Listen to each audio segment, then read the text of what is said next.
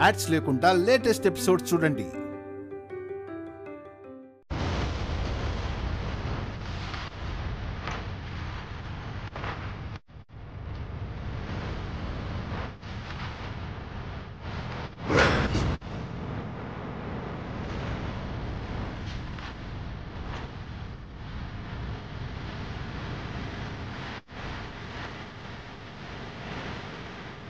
అటు చూద్దాం పదండి. ఆగండి, అటు చూడండి.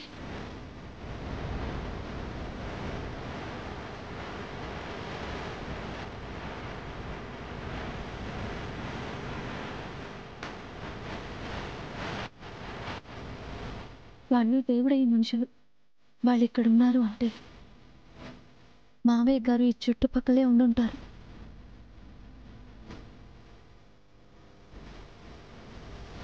వాళ్ళ కంట పడకుండా మావయ్య గారిని కనిపెట్టాలి.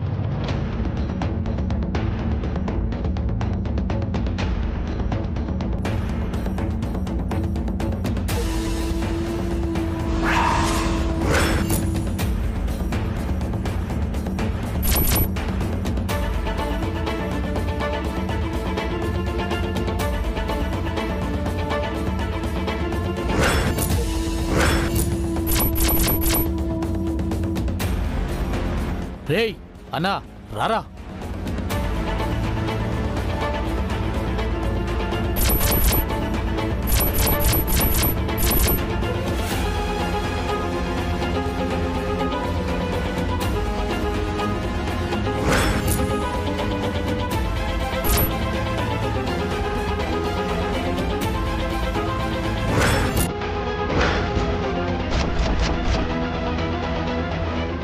ఏమండి, మావయ్య గారు ఎక్కడున్నారు?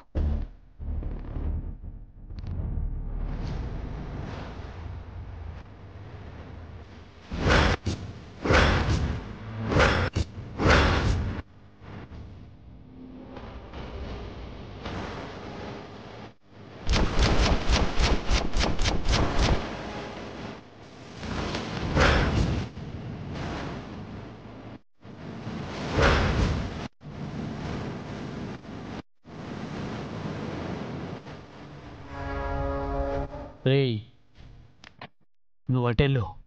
వాడు వాడే అయితే అక్కడే చంపేస్తా. అలాగే అన్నా.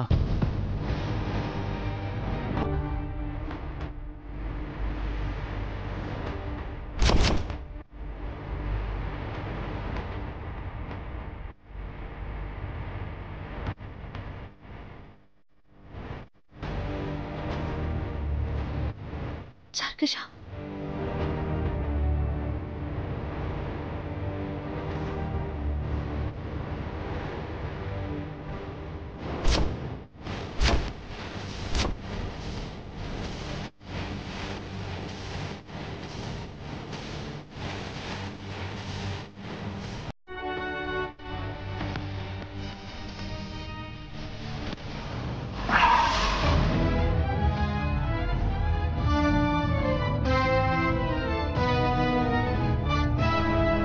పదండి. పదండి.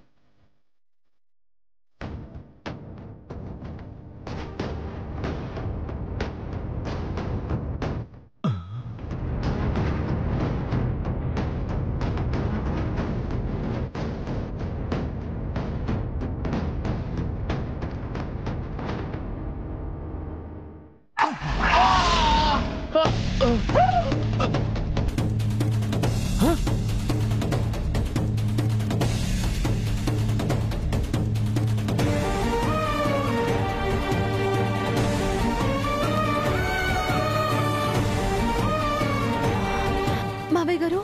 నాన్న, అమ్మా దివ్య, పెదబాబు, పెదబాబు. నాన్న, నాన్న.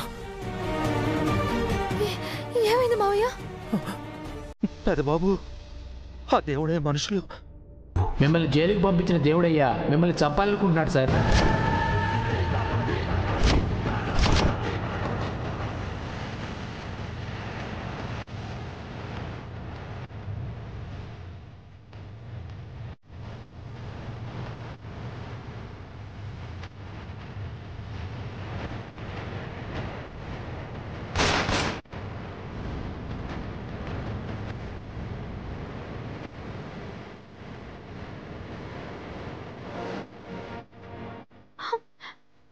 నుంచి వెళ్దాం. పదండి. పదండి. జాగ్రత్త. మెల్లిగా.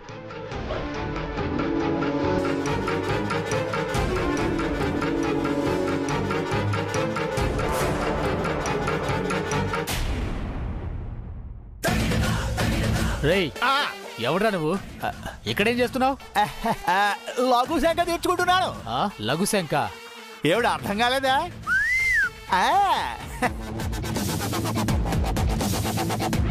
ఏమిటి డౌటా? కావాలంటే హలో, నువ్వు వెళ్ళిపోతే నేను ప్రశాంతంగా నా పనిగా అనిస్తా.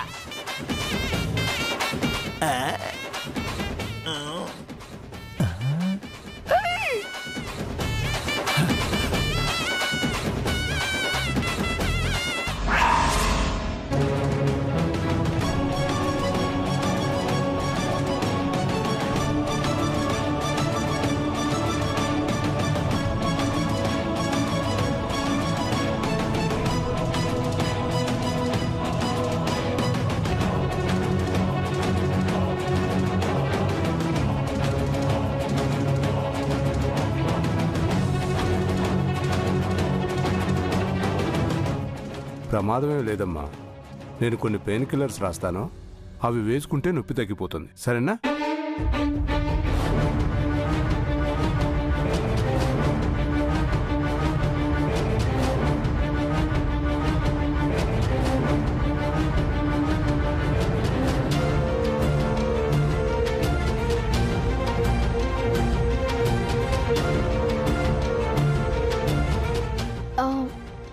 చాలా థ్యాంక్స్ డాక్టర్. బట్ ఈ విషయం ఎవ్వరికి చెప్పకండి ప్లీజ్. చెప్పేవాడినైతే ఒక్కడనే వస్తానా అమ్మా? పోలీసులతో వస్తాను కానీ. సార్ జాగ్రత్త సార్. అలాగే వస్తానమ్మా.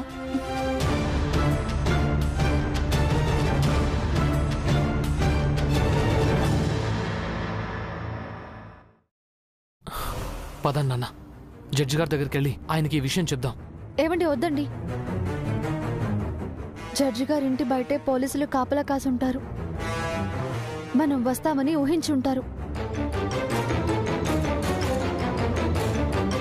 మావయ్య గారు కనిపిస్తే గనక కాల్ చేసినా కాల్ చేస్తారు.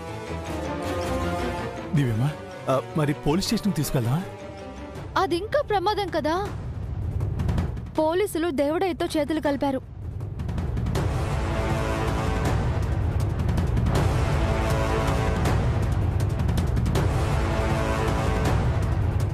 రేపు డైరెక్ట్ గా కోర్టుకు తీసుకువెళ్ళడమే బెటర్. కోర్టు బయట నన్ను చంపేస్తానని ఆ దేవుడయ్య ఛాలెంజ్ చేశాడమ్మా. ఆ మాటలు నేను విన్నాను.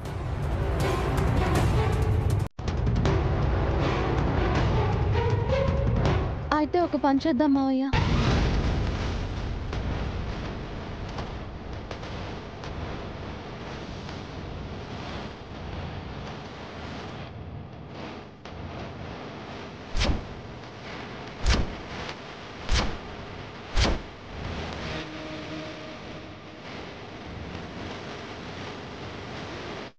తెల్లవారి వరకు మిమ్మల్ని ఆ ప్లేస్లోనే ఉంచుతాం. చారుకేశ మీకు తోడుగా ఉంటాడు.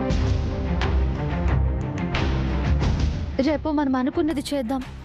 అలాగేనమ్మా. పదండి మావయ్య.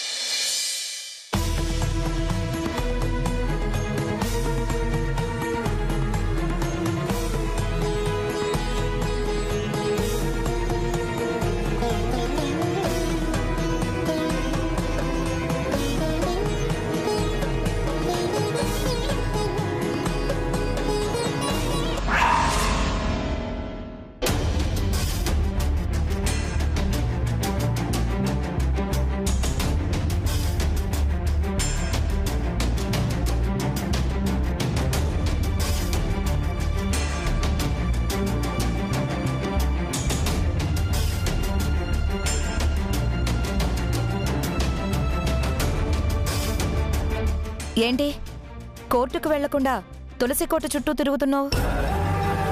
భూమి తన చుట్టూ తాను తిరిగితే రోజు గడుస్తుంది. సూర్యుడు చుట్టూ తిరిగితే సంవత్సరం గడుస్తుంది. హ, మొక్కల చుట్టూ తిరిగితే గండం గడుస్తుందమ్మా.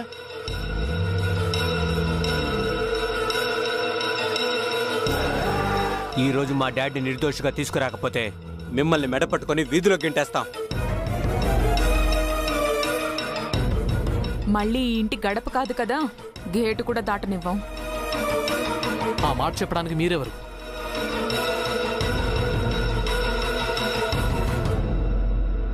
మేమైనా ఏదో ట్రై చేస్తున్నాం, మరి మీరేం చేస్తున్నారు? మీ నాన్నగారు అసలు జైలుకే వెళ్లకుండా ఆ దేవుడయ్యకు డబ్బులిచ్చి మీ పిన్ని గారు సెటిల్ చేసుకుందాం అనుకున్నారు కదా బాబు. ఆ రోజు వీళ్ళు అడ్డుపడకపోయుంటే ఈ రోజు ఈ పరిస్థితి వచ్చేదే కాదు. అన్యాయంగా ప్రసాద్ని జైలు పాలు చేసేశారు. ఆ రోజు నాన్న మా మాట వినుంటే ఈ రోజు ఈ పరిస్థితి వచ్చేదే కాదు. అనవసరంగా మమ్మల్ని నిందించడం కాదు పిన్ని, మీ తప్పులేంటో కూడా తెలుసుకోండి. తప్పు ఎవరిదైనా సరే శిక్ష మీకే అన్నయ్య. డాడ్ రిలీజ్ కాకపోతే మీరు బయట ఉండడానికి కూడా వీల్లేదు. అసలు ఈ వీధిలోకే రాకూడదు బాబు. ఆ సిటీ వదిలి పెడితే ఇంకా మంచిది. ఎంతసేపు మమ్మల్ని వీధిలోకి గంటాలి అనుకోవడమే తప్ప మా మావయ్య గారు విడుదలయ్యి ఇంటికి రావాలి అనేది మీకు లేదా బాబాయ్ గారు? ఎందుకు లేదక్కా? నేను మీకంటే ముందే లేచి ఇంట్లో పూజలు చేశాను, 1000 మొక్కులు మొక్కాను. మన కష్టం వీళ్ళకేం తెలుస్తుందిలే కుమారి. ఎంతసేపు మన మీద నోరేసుకుని పడిపోవడం తప్ప. ఎగేసుకుంటూ ఆ కేసుని నువ్వే వాదిస్తున్నావు. ఏ పెద్ద లాయర్కు అప్పచెప్పుండాల్సిందే. ప్రసాద్ అసలు బయటకు వస్తాడో రాడు. తను లేకపోతే దీపు ఈ పాటికి జైల్లో ఉండేవాడు పిన్ని. ఆ రోజు దీపును కాపాడింది దివ్యగారి అనే విషయం మర్చిపోవద్దు.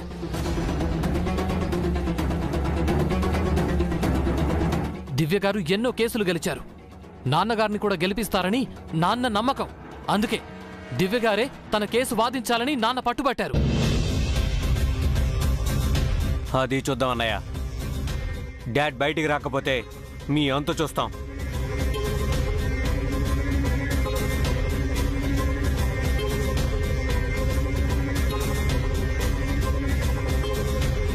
పదమ్మా, మనకి కోర్టుకు టైం అవుతుంది. పదమ్మా. చూసారండి వాడి పొగరు? నాన్న కోసం ఏమీ చేయరట గాని మనంతు చూస్తారట. వాళ్ళకి మావయ్య గారి పరిస్థితి తెలియదండి. తెలిస్తే ఇంకా బాధపడతారు. వదిలేయండి.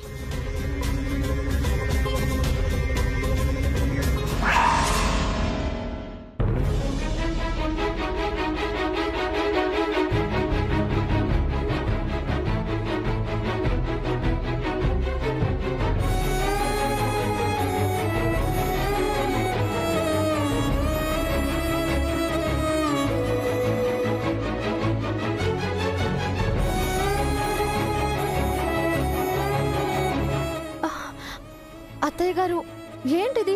మీరు నాకు దండం పెట్టడం ఏంటి? వయసులో చిన్నదానివైనా నేను నీలో న్యాయదేవతను చూస్తున్నానమ్మా.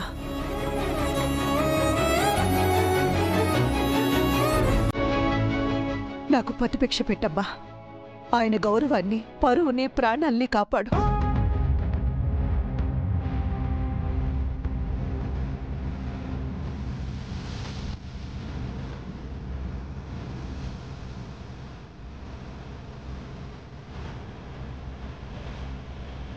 అత్తయ్య, మావయ్య గారు మీకు భర్త అయితే నాకు తండ్రితో సమానం. మావయ్య గారిని ప్రాణాలతో నిర్దోషిగా ఇంటికి తీసుకొస్తాను అని మీకు ప్రమాణం చేస్తున్నాను.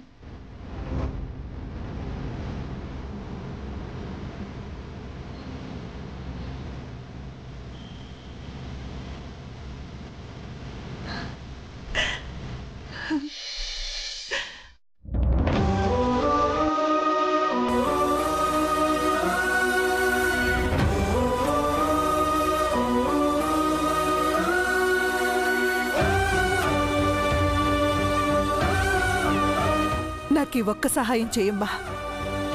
నీకు గుడి కట్టి పూజించుకుంటాను.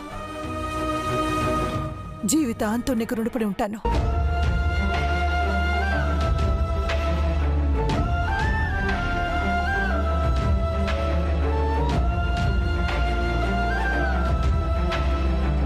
మీరేం కట్టక్కర్లేదు అత్తయ్య, అది నా బాధ్యత.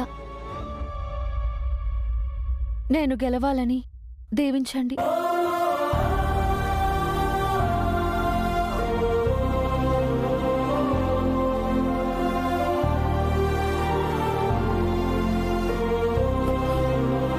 సరే అమ్మా, మేము వెళ్ళొస్తాం. అలాగేరా. All the best mummy. తాతయ్యని వెంట తీసుకునిరా. అలాగే మంగా, నువ్వెటు వెళ్లకుండా నాన్నమ్మ దగ్గరే ఉండు. టైంకి టాబ్లెట్స్ వేసుకో, మర్చిపోకు. గుర్తుంది మమ్మీ. సరే, బాయ్. అలాగేనమ్మా. పదండి.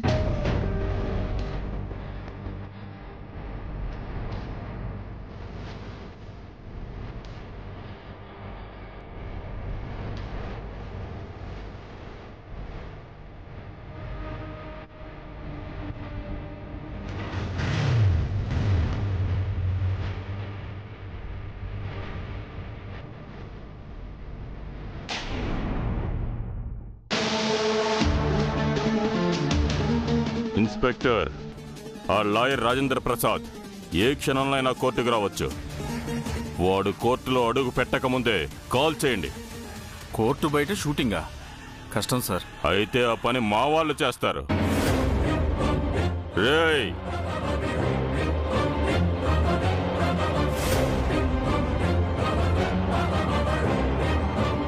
ఆ లాయర్ రాజేంద్ర ప్రసాద్ రాగానే లేపేయండి.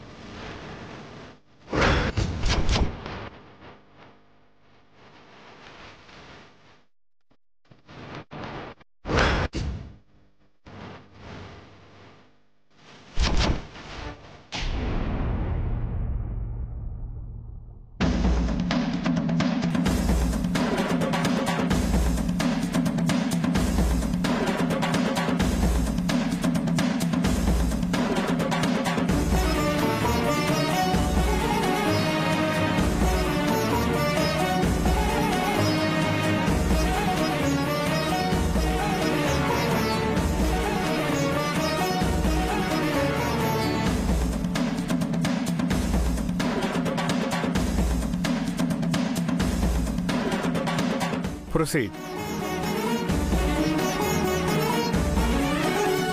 యువర్ ఆనర్, న్యాయాన్ని రక్షించవలసిన న్యాయవాదే అన్యాయవాది అయ్యాడు, అరాచకవాది అయ్యాడు, తీవ్రవాది అయ్యాడు. అతను ఎవరో కాదు, ప్రముఖ లాయర్ లగడపాటి రాజేంద్ర ప్రసాద్. అందరూ ఆయన్ని న్యాయాన్ని రక్షించే న్యాయదేవుడు అనుకుంటారు, కానీ అతను స్మగ్లర్, క్రిమినల్. రిమాండ్ ఖైదీగా ఉంటూ జైలర్ని, సెంట్రీని తీవ్రంగా గాయపరిచి పారిపోయాడు. న్యాయవాదులకే మాయని మచ్చ తీసుకొచ్చాడు. కావున ఆయన్ని కఠినంగా శిక్షించవలసిందిగా కోర్టు వారిని కోరుతున్నాను. I objection your honour. కావున ఆయన్ని కఠినంగా శిక్షించవలసిందిగా కోర్టు వారిని కోరుతున్నాను. I objection your honour.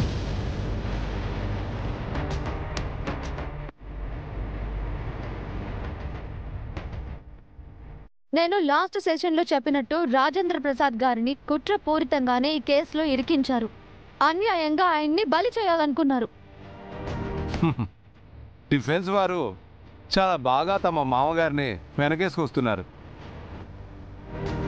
కుట్రలో ఇరుక్కోవడానికి ప్రసాద్ గారేమో చిన్నపిల్లాడు కాదు, ప్రముఖ లాయర్, ఎంతో తెలివైన వారు. ఎంత తెలివైన వారైనా ఒక్కొక్కసారి అతి మంచితనానికి పోయి ఆపదలో పడుతూ ఉంటారు పీపీ గారు. అలాగే ప్రసాద్ గారు కూడా ప్రమాదంలో పడ్డారు యువర్ ఆనర్. తన ఇంటికి వచ్చింది క్లయింట్ అనుకుని ఆ స్మగ్లర్ వలలో పడ్డారు.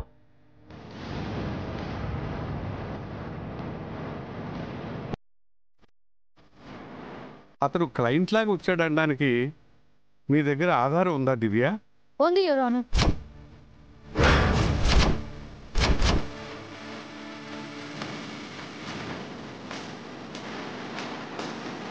కానీ దురదృష్టవశాత్తు ప్రసాద్ గారి ఫోను అందుబాటులో లేదు.